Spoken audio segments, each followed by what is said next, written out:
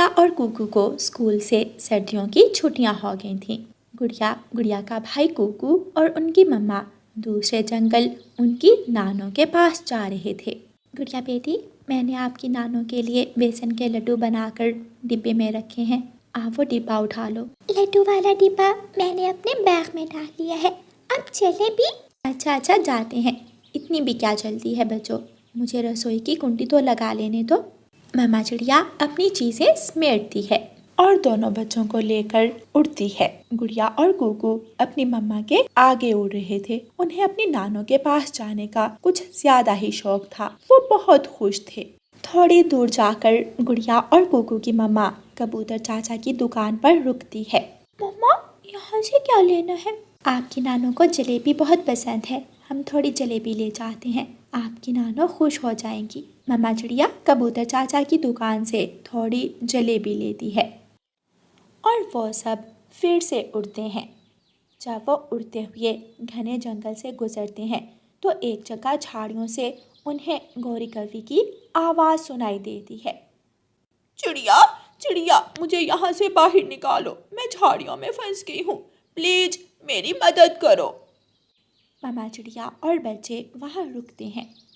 मम्मा चिड़िया अपनी सारी चीज़ें एक जगह रखती है और गौरी के पास जाती है। गुड़िया और कुकू भी अपनी मम्मा के पीछे ही चले जाते हैं। गौरी, तुम यहाँ कैसे फंस गई? इन कांटेदार झाड़ियों में भला कौन जाता है? चिड़िया, क्या बताऊँ, मुझे यहाँ झाड़ियों में एक मकई का भुट्टा दिखाई दिया। जब मैं मकई का भुट्टा लेने झाड़ियों में आई तो मेरे पंख इन कांटों में फंस गए। बहुत दर्द हो रहा है, मुझे यहाँ से बाहर निकाल दो। चिड़िया ये नहीं जानती थी कि ये तो गौरी कवि की एक चाल है। जैसे ही रानो चिड़िया गौरी कवि के पास आती है, पीछे से कालू कौवा आता है और रानो चिड़िया के सामान से लड्डू वाला डिब्बा और जलेबी निकालकर भाग जाता है। रानो चिड़िया गौरी कवि को झाड़ियों से निकालती है। गौरी, अब दोबारा इन झाड़ियों में ना फंस जाना, अब शाम होने वाली है, कोई पक्षी भी इस तरफ नहीं आएगा। नहीं चिड़िया, अब तो मैं घर जा रही हूँ, अब मेरा यहाँ क्या काम, मेरा काम तो हो गया। तुम्हारा काम हो गया? कौन सा काम? कुछ नहीं, बस ऐसे ही।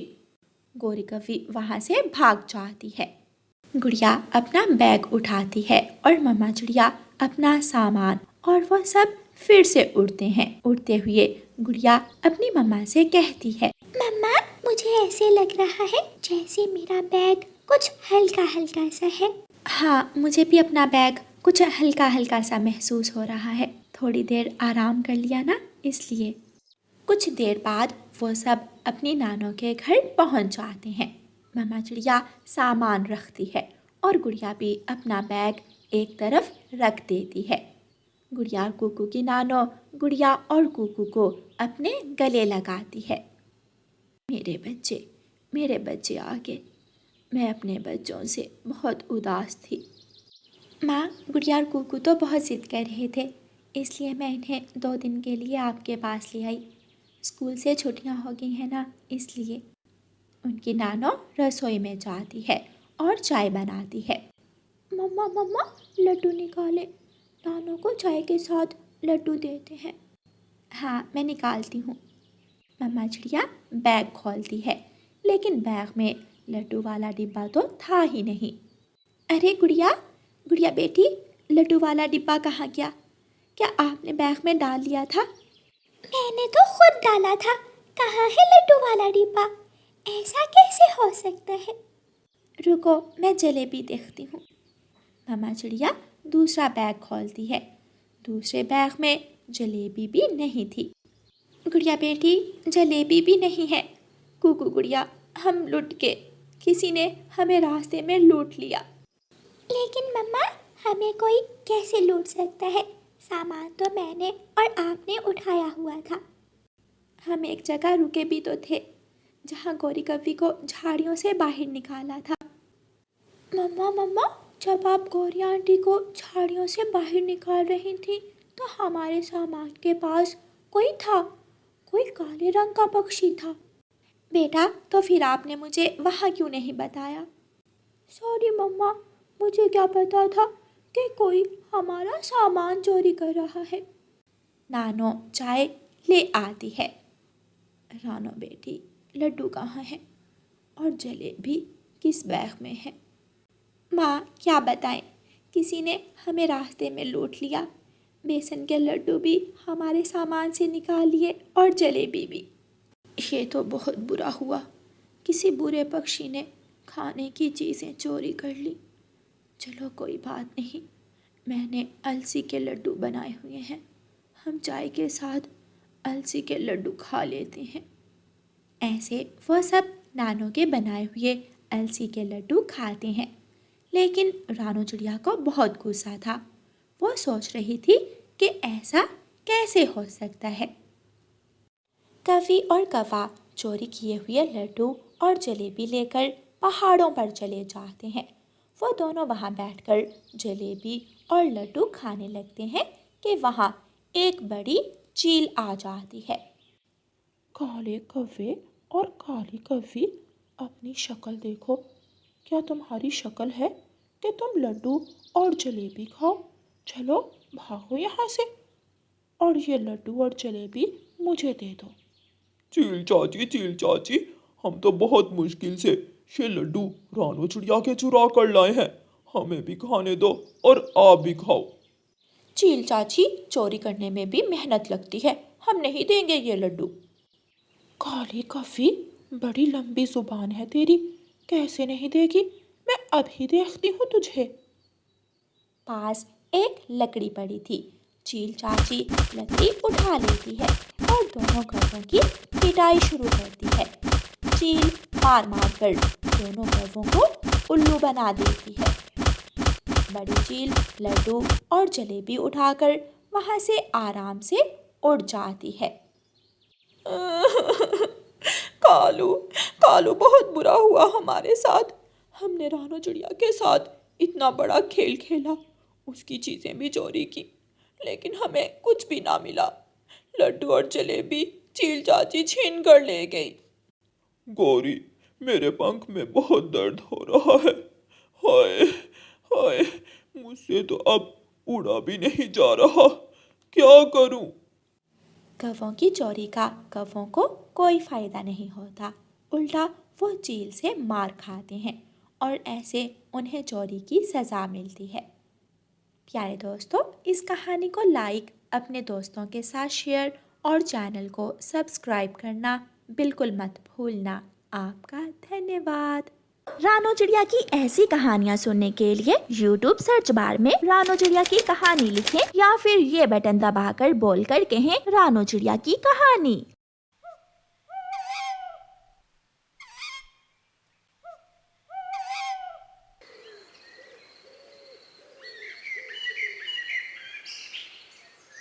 किसान के खेत में छुपकर बैठे हुए कौवा और कौवी मजे मजे से मकई के भुट्टे खा रहे थे।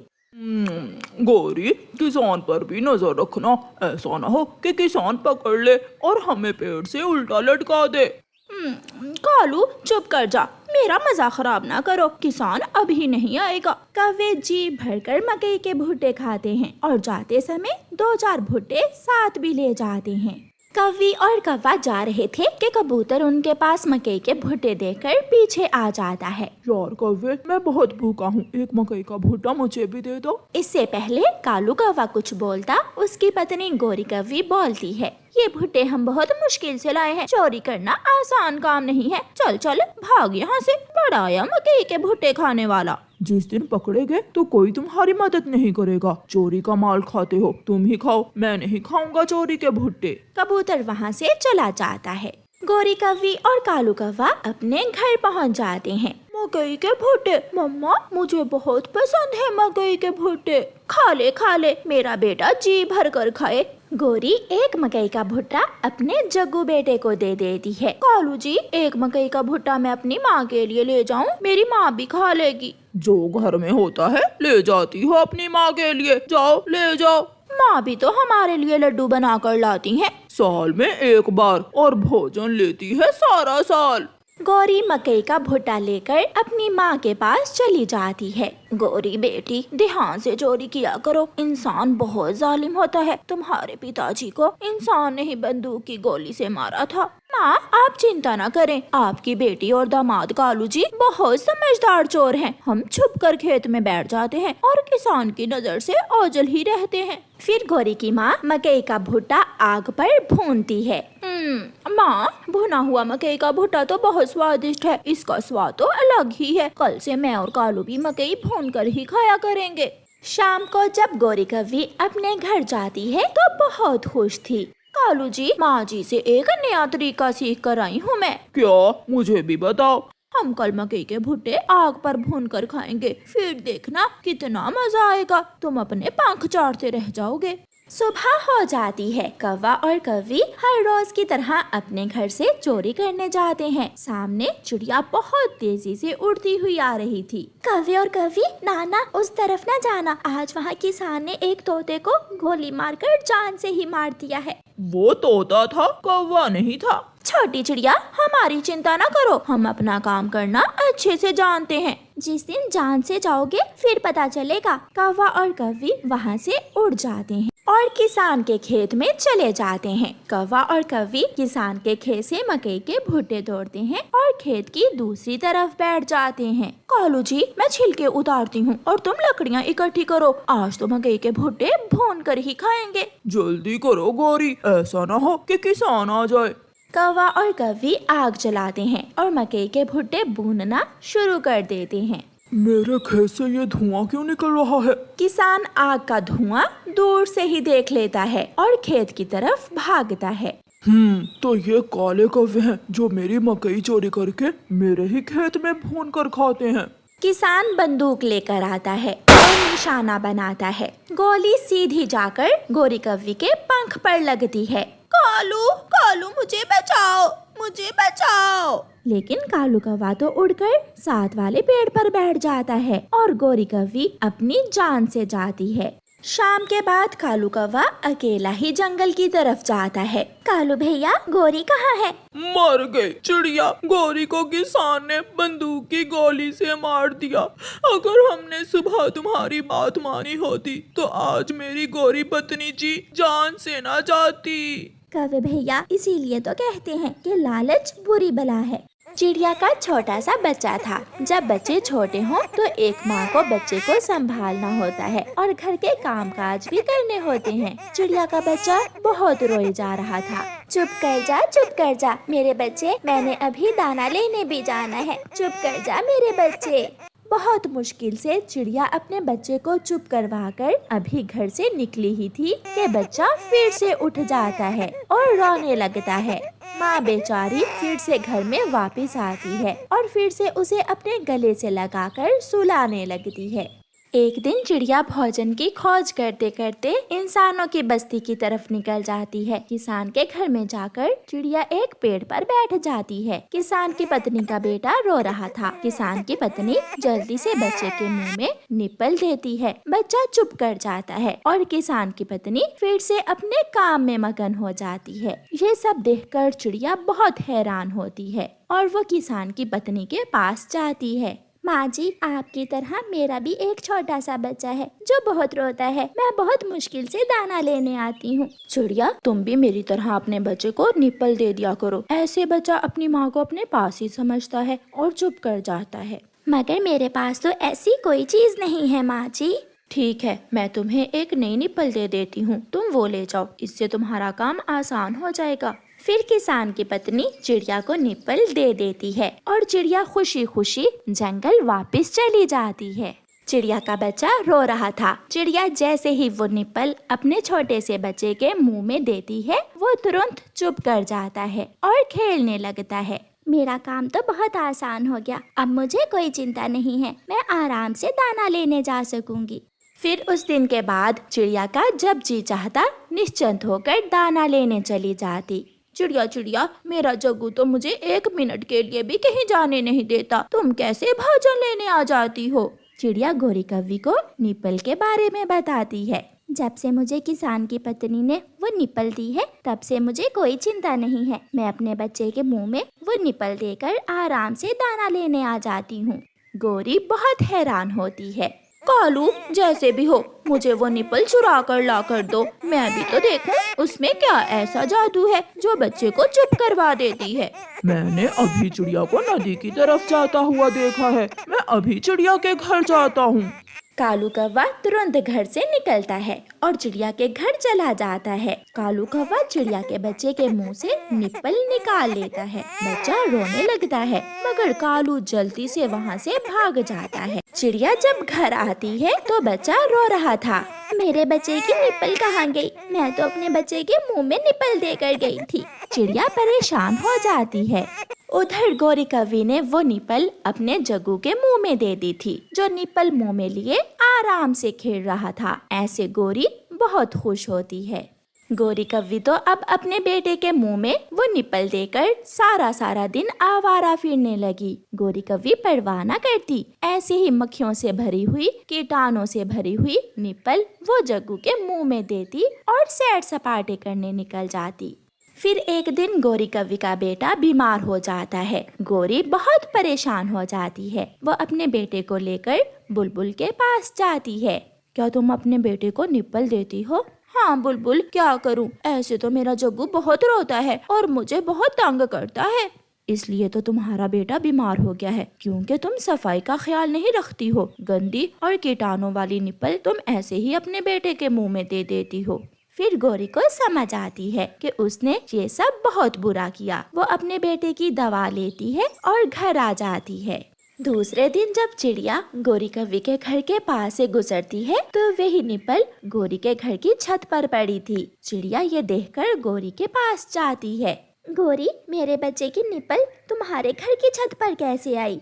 चिड़िया, मेरा कालू पति जी तुम्हारे घर से ही चुरा कर लाया था, मगर मेरा बेटा तो उससे बीमार हो गया। मैं बहुत शर्मिंदा हूँ क्योंकि वो चीज मुझे इस्तेमाल ही नहीं करनी आई थी।